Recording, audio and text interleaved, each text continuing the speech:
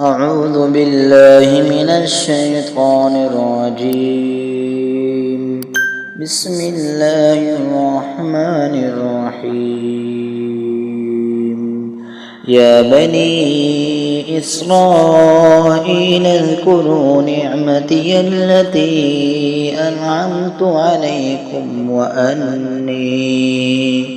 أنعمت عليكم وأني فضلتكم على العالمين.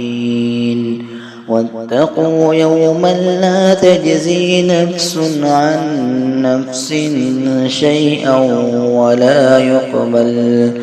ولا يقبل منها عدل ولا تنفعها شفاعة ولا هم ينصرون.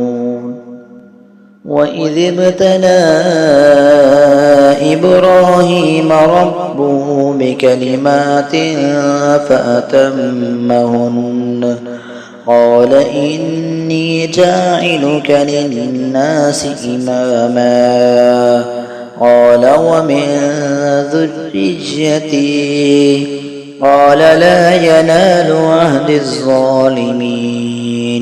وإذ جعلنا البيت مثابة للناس وأمنا واتخذوا من مقام إبراهيم مصلى وعهدنا إلى إبراهيم وإسماعيل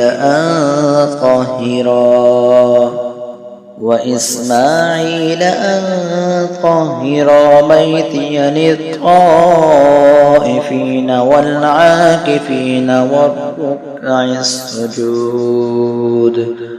وإذ قال إبراهيم رب اجعل هذا بلدا آمنا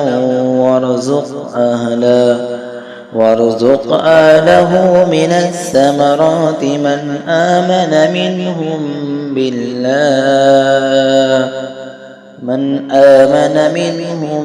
بالله واليوم الآخر.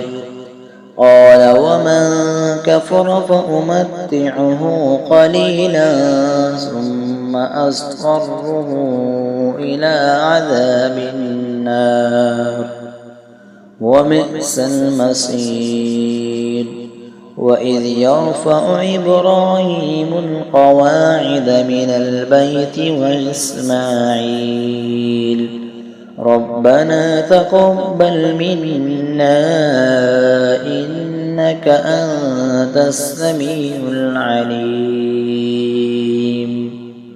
ربنا واجعلنا مسلمين لك ومن ذريتنا أمة مسلمة لك وأرنا مناسكنا وتب علينا إنك أنت التواب الرحيم.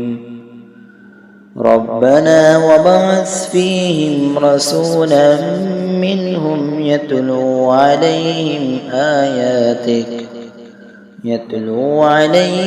آياتك ويعلمهم الكتاب والحكمة ويزكيهم إنك أنت العزيز الحكيم.